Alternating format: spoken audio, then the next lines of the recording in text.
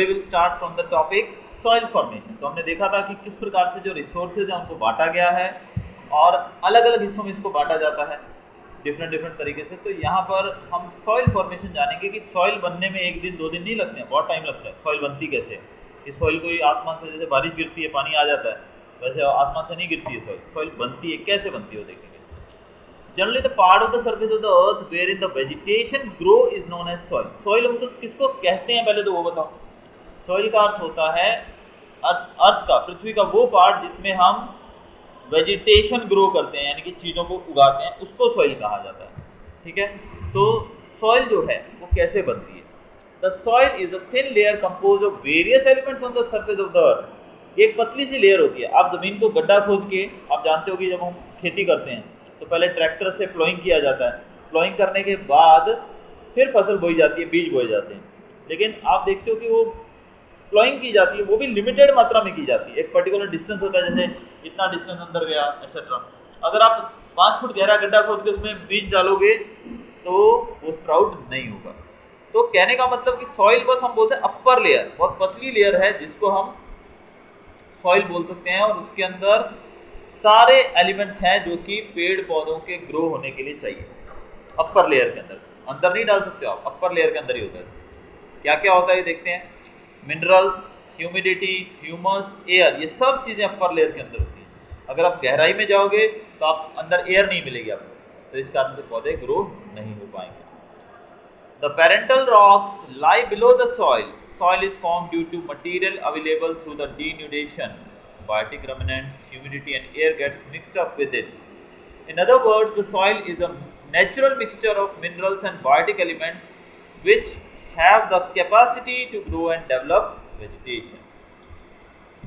Soil जो होती है वो बनती है denudation के प्रोसेस के द्वारा। आप याद रखिएगा ये word, the word is given denudation आपकी बुक के अंदर। denudation का अर्थ क्या होता है। पत्थर, पहाड़, आप जानते हो हमारी पृथ्वी को पहाड़ हैं, पर्वत हैं।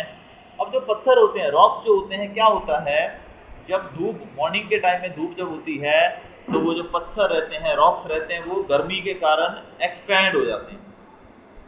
आपने जूनियर क्लास में पढ़ा था ना चैप्टर 1, मेरे ख्याल से आपने देखा होगा, इफेक्ट्स ऑफ हीट, हीट के प्रभाव। जब हमें घर पे, आपने देखा होगा कई बार, कोई आप घर पे काम कर रहे हो, छोटा मोटा, पापा काम कर रहे हैं, कोई आपके घर पे मैकेनिक आया है, तो एक पाइप को दूसरी पाइप के ऊपर चढ़ाना है, तो क्या किया जाता है, एक पाइप को गर्म कर लेते हैं तो वो थोड़ी सॉफ्ट हो जाती है, फिर वो आसानी से दूसरे के ऊपर चढ़ जाती है, एक्सपैंड हो जाती है। दोनों पाइप का साइज एक जैसा होगा तो नहीं चढ़ेगी ऊपर, लेकिन अगर हम एक पाइप को थोड़ा गर्म कर देंगे तो वो थोड़ी चौड़ी हो जाएगी, एक्सपैंड हो जाएगी, फिर हम उसके ऊपर चढ़ाएंगे तो चढ़ जाएगी। निप्पल्स वगैरह से चढ़ाए जाते हैं पाइप्स के ऊपर, जो बोरिंग वगैरह होती है उसमें। तो इससे पता लगता है कि चीज़ को गर्म करने से, गर्मी देने से वो चीज़ एक्सपैंड होती है। तो वैसे रॉक्स जो होते हैं उनको भी जब गर्मी मिलती है तो वो एक्सपैंड हो जाते हैं, फूल जाते हैं, भले वो थोड़ा सा ही फूलते हैं। अब ये मत बोलना भी माउंट एवरेस्ट 8,848 मीटर ऊंचा है और वो गर्म हो गया 10,000 मीटर ऊंचा हो गया, ऐसा नहीं होता, बहुत ही कम। और आप समझते पत्थर के अंदर तो इतना सा भी मूवमेंट बहुत बड़ी बात होगी। पत्थर हिलता है, हिला सकते हो पर्वत को? नहीं। तो वहाँ पर अगर गर्मी की वजह से आपको थोड़ा स्लाइड भी अगर मूवमेंट आता है, यानी कि उसमें एक्सपेंशन आता है, तो बहुत बड़ी बात हो जाती है। तो दिन के टाइम गर्मी पाकर ये एक्सपैंड हो जाते हैं और रात को मौसम ठंडा हो जाता है। पहाड़ कहाँ होते हैं? हमारे घर के अंदर होते हैं, आजू बाजू होते हैं, बिल्कुल पहाड़ होते हैं, कहीं भी हो सकते हैं, दूर दराज इलाकों में, जहाँ पर धूप भी सबसे ज़्यादा होती है और ठंड भी सबसे ज़्यादा होती है। तो जैसे ही रात होती है, टेम्परेचर गिरता है, तो वो जो पत्थर, रॉक्स जो थे वो एक्सपैंड हुए थे, वो कॉन्ट्रैक्ट हो जाएंगे, सिकुड़ जाएंगे। ठीक है, सिकुड़ जाएंगे। तो पत्थर जो है वो एक्सपेंशन और कॉन्ट्रैक्शन के कारण उनके बीच में दरारें पड़ जाती हैं। ठीक है, कोई भी चीज़ जो है वो बार बार ऐसे ऐसे होगी तो कमज़ोर हो जाएगी, उसके अंदर दरारें पड़ जाती हैं, और उन दरारों के अंदर जब पानी बरसता है बारिश का, वो उन दरारों के अंदर जाता है। तेज़ हवा चलती है, वो दरारों में से होकर गुजरती है। तो थोड़ा थोड़ा वो हर रोज़ ऐसे ऐसे करते करते एक्सपेंशन कॉन्ट्रैक्शन के बाद उसके अंदर दरारें बढ़ती रहती हैं। और दरारें बढ़ने का मतलब होता है तेज़ बारिश आती है तो अपने साथ वो जो दरार बनी, वो दरार अपने आप कैसे बनी? कॉन्ट्रैक्शन एक्सपेंशन से। लेकिन उसके अंदर का जो रहते पार्टिकल्स रहते हैं, वो धीरे धीरे छोटे छोटे पार्टिकल्स बुर बुर के पानी के साथ बहकर, हवा के साथ बहकर नीचे इलाकों में चले जाते हैं और वहाँ जाकर वो जम जाते हैं और वो बन जाती है सॉइल। तो सॉइल जो है इस प्रकार से बनती है। ठीक है, आपको क्लियर हो गया होगा कि कैसे बनती है। यानी कि पत्थर, अब मैं ये नहीं बोल रहा हूँ कि एक दिन में, अब बड़े पहाड़ को टूटने में भाई एक एक कण टूटेगा वहां से, एक एक कण, कण मतलब एक एक, देखो आप जानते हो नमक डालते हो आप, जैसे नमक का एक कण होता है, इतना इतना कण टूटेगा। अब आप बोलोगे कि इतना बड़े मिट्टी की थैली भर गई एक दिन में, नहीं, कण कण टूटता है और इसमें हजारों साल लग जाते हैं, लाखों साल लग जाते हैं। ठीक है, तो ये है सॉइल फॉर्मेशन। सॉइल फॉर्मेशन के अंदर बायोटिक कंपोनेंट्स भी होते हैं। बायोटिक का मतलब जीवित, बैक्टीरिया, कीड़े मकोड़े, एवरीथिंग कैन कम। अबायोटिक भी होते हैं, जैसे कि टेम्परेचर का रोल होता है ना, टेम्परेचर बढ़ेगा घटेगा, तो ये भी होता है, एयर, वाटर, ये सब जो इसके अंदर होते हैं। इसके अंदर बायोटिक कंपोनेंट्स, बायोटिक कंपोनेंट्स का मतलब बायोटिक रिमेन्स, रेमेनेंट्स का मतलब होता है रिमेन्स, जो जानवर मर जाते हैं। आपने देखा होगा जगह जगह, अब आप कहीं से गुजरे खाली जगह से, खाली मैदान है, वहाँ पे आपको बदबू आएगी थोड़ी, आप देख रहे हो क्या हो, किस चीज़ की हो, सामने देखा है गाय मरी पड़ी है, एक भैंस मरी पड़ी है, कोई जानवर मरा पड़ा है, आप वहाँ से गुजरे आज, तो आपने देखा वो पूरी बॉडी थी उसकी, 2-3 दिन बाद फिर वहाँ से गुजरे, फिर आपको उसकी हड्डियाँ दिख रही, बॉडी कहाँ गई, सड़ गई।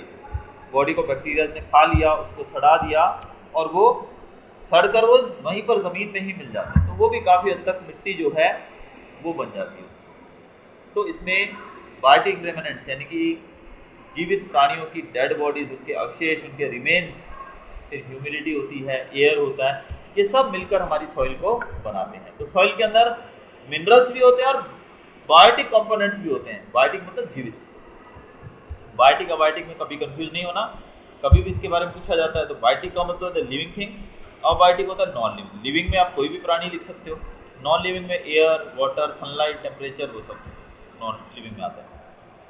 आगे देखते हैं सॉइल के बारे में। The uppermost layer of the crust of the earth is called soil, which contains minerals and biotic elements necessary for the growth and development of vegetation. uppermost layer को हम बोलते हैं सॉइल, जिसके अंदर मिनरल्स होते हैं, बायोटिक एलिमेंट्स होते हैं, जो कि जरूरी होते हैं ग्रोथ और डेवलपमेंट के लिए वेजिटेशन के, यानी कि पौधे जो उगते हैं उनको उगने के लिए जो मिनरल्स न्यूट्रिएंट्स चाहिए वो अपर लेयर के अंदर ही होता है।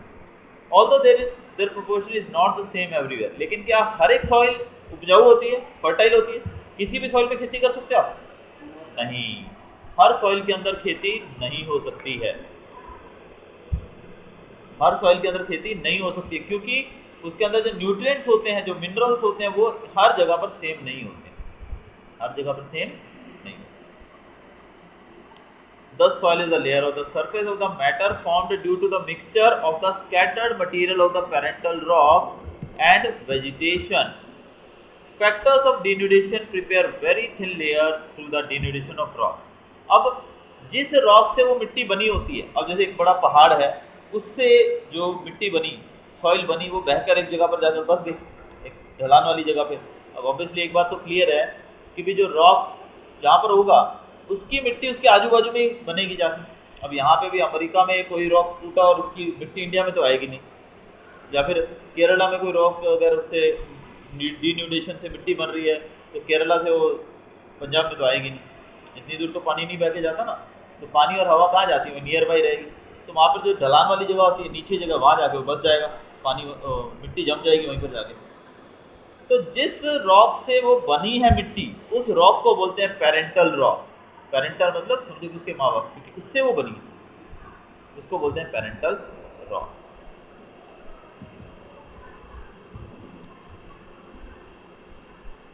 The humus formed due to the disintegration or decay of vegetation or insects is added to this. These biotic elements play an important role in the development of vegetation. Humus जो होता है, जो कि जैसे आपको पता है ना, पेड़ पौधे होते हैं, आपको देखा होगा आपने, कुछ लोग होते हैं खेतों के अंदर कटाई करने के बाद जो बचे हुए पौधे होते हैं उनको खेत के अंदर ही हल चला देते हैं, उसी को प्लोइंग कर देते हैं। क्यों? क्योंकि जो पत्ते वगैरह जो होते हैं वो नीचे मिट्टी के अंदर मिलकर ह्यूमस बना देते हैं, उपजाऊ बन जाती है। कई बार आपके घरों में भी अगर गार्डन होगा तो आपने देखा होगा वेजिटेबल वेस्ट से खाद तैयार करते हैं लोग। किचन में आप लोग जो छिलके फेंक देते हो उसको अगर इकट्ठा करते रहो, उससे आपकी खाद बन जाएगी, वर्मी कंपोस्ट बोलते हैं हम लोग, खाद बन जाएगी उससे। तो ये खाद जो रहती है वो हमारे लिए बहुत फायदेमंद रहती है फसलों के लिए। तो इसीलिए इन वेजिटेशन को, यानी कि पेड़ पौधे जो बचे हुए उनके पार्ट हैं, उनको अगर डिके कर दिया जाए, सड़ा दिया जाए, तो वो ज़मीन के लिए ह्यूमस का काम करते हैं।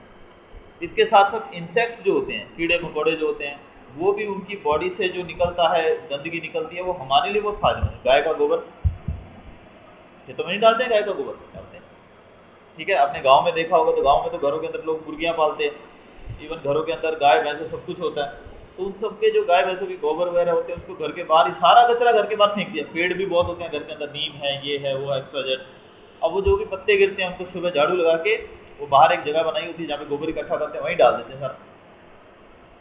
वो फिर वहाँ से सड़ता रहता है, फिर उसको ले जाके खेत में डाल देते हैं, खेत में वो ह्यूमस का काम करता है। तो हम कह सकते हैं कि इंसेक्ट्स का एक्सक्रीटा हो गया या एनिमल्स का एक्सक्रीटा हो गया, इवन वेजिटेशन का जो डिकेइंग मटेरियल होता है, वो सब मिलकर वेजिटेशन को, ज़मीन को और ज़्यादा उपजाऊ बनाता है, और वेजिटेशन उससे और बढ़िया होती है, खेत में अच्छी फसल होती है।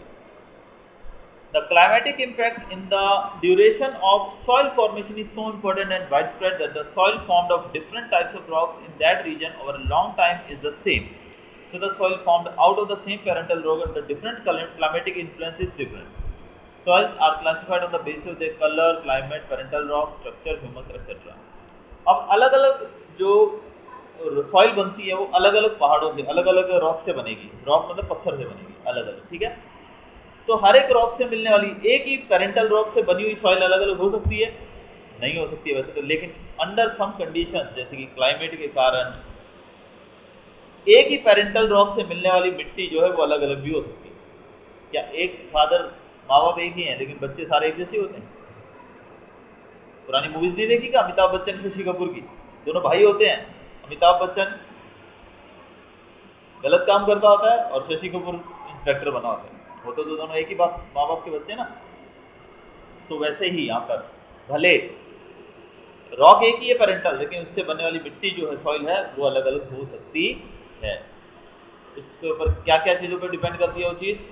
कलर ऑफ सॉइल, क्लाइमेट जिसमें वो बनी है, पेरेंटल रॉक जिससे वो बनी है, स्ट्रक्चर और ह्यूमस कंटेंट। इन सब आधार पे हम मिट्टी को बांट सकते हैं।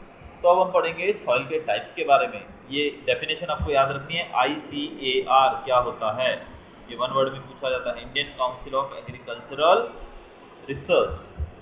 अब ICAR यानी कि आई कार के द्वारा हमारे यहाँ पर पाई जाने वाली मिट्टियों को 8 पार्ट्स में बांटा गया। पहला है एलुवियल सॉइल। एलुवियल सॉइल जो है, इस टॉपिक को मैं जैसे जैसे अंडरलाइन करता जा रहा हूँ, आप भी करते जाइए। ये सॉइल भारत के लगभग 43% हिस्से पे फैली हुई है। ये सॉइल ज़्यादातर नॉर्दर्न प्लेन के अंदर यानी कि ब्रह्मपुत्र वैली के अंदर पाई जाती है, ठीक है। ये कहाँ पर है देखिए, delta regions of Mahanadi, Godavari etcetera, ये देख लीजिएगा। Formation of alluvial soil is due to alluvial deposition. अब सॉइल बनती कैसे है? सबसे पहले मैं आपको ये बता दूं, alluvial soil is one of the best soil for growing crops.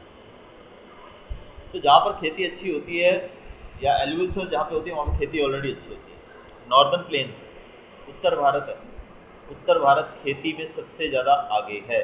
Punjab, Haryana, some parts of Rajasthan, Uttar Pradesh, ये सब खेती में बेस्ट एरियाज हैं, क्योंकि यहाँ पर एलुवियल सॉइल ज़्यादा पाई जाती है। एलुवियल सॉइल बनती कैसे है? जो नदियाँ आती हैं ना पहाड़ों से बहकर, तो आपको पता है नॉर्दर्न पार्ट तो हिमालय है पूरा, जम्मू कश्मीर से शुरू होता है और ईस्टर्न पार्ट तक जाते हैं हमारे पहाड़ी श्रृंखला, हिमालयन माउंटेन रेंज, 9th में पढ़ा था हमने, हिमालयन माउंटेन रेंज। तो वहाँ पर नदी है हमारे, ब्रह्मपुत्र रिवर आती है, गंगा नदी है। हिमालय से निकलने वाली नदियाँ जो हैं वो अपने साथ ऊपर से बहाकर मिट्टी लाती हैं और उसको लाकर वो मैदानों में बिछा देते हैं और वहाँ पर सॉइल की परत जम जाती है। और ये जो सॉइल होती है ये एलुवियल सॉइल होती है, इसको एलुवियम भी कहा जाता है। कभी आपको नाम में कंफ्यूज नहीं होना है, एलुवियल सॉइल एंड एलुवियम एक ही है।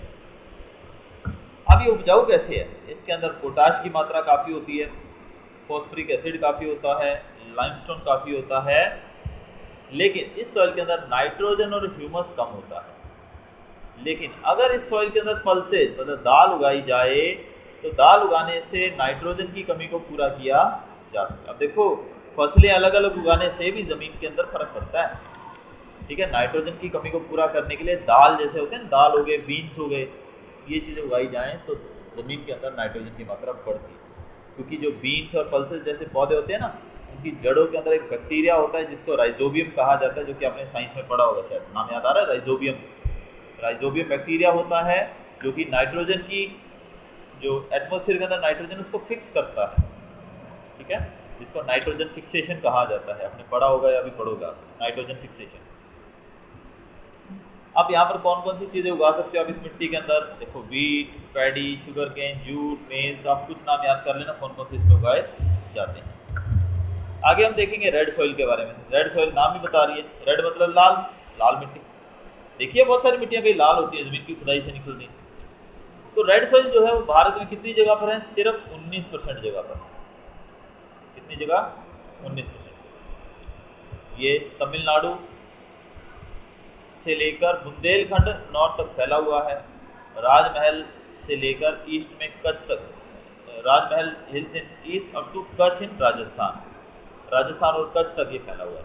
यानी कि सॉइल जो है वो रेड कलर की होती है क्योंकि इसके अंदर फेरिक ऑक्साइड होता है। फेरिक ऑक्साइड मतलब आयन ऑक्साइड, आयन लोहे को गर्म करते हैं तो कैसा होता है, वो लाल हो जाता है ना।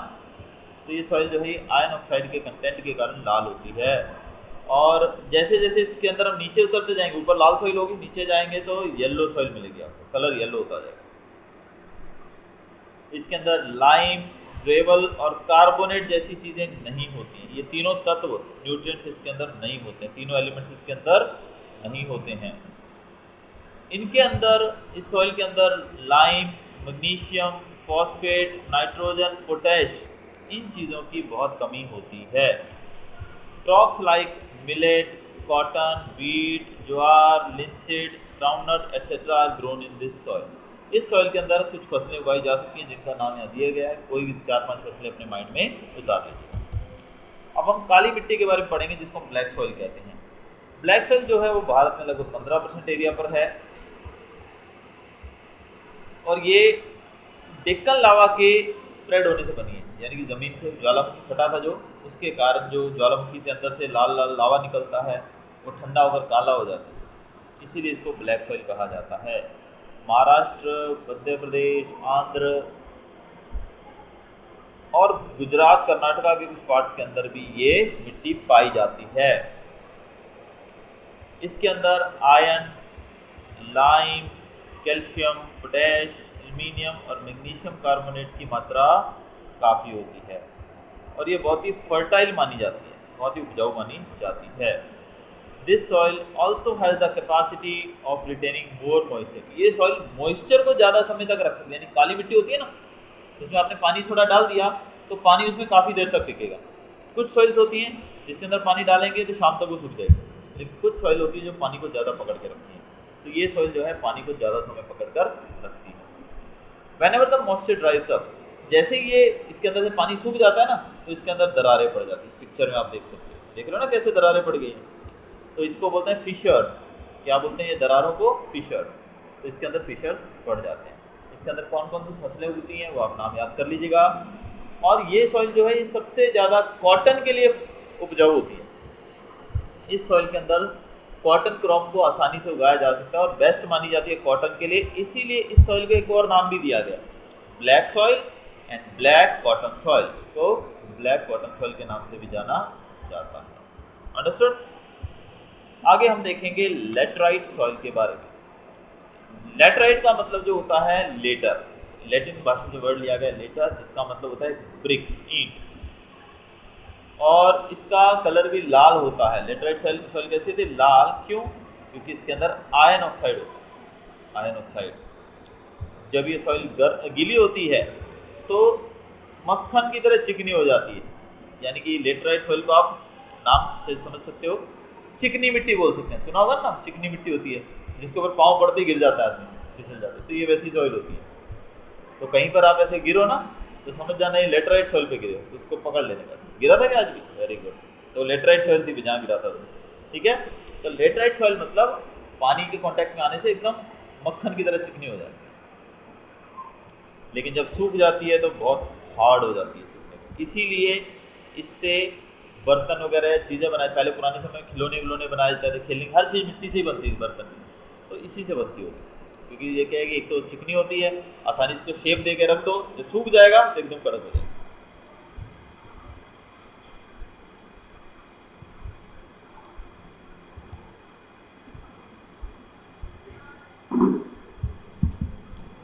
ये जो सॉइल है ये पेनिनसुलर एरियाज के अंदर होती है। पेनिनसुला मतलब जैसे कि भारत जो है, India is a peninsula also. Peninsula किसको कहते हैं?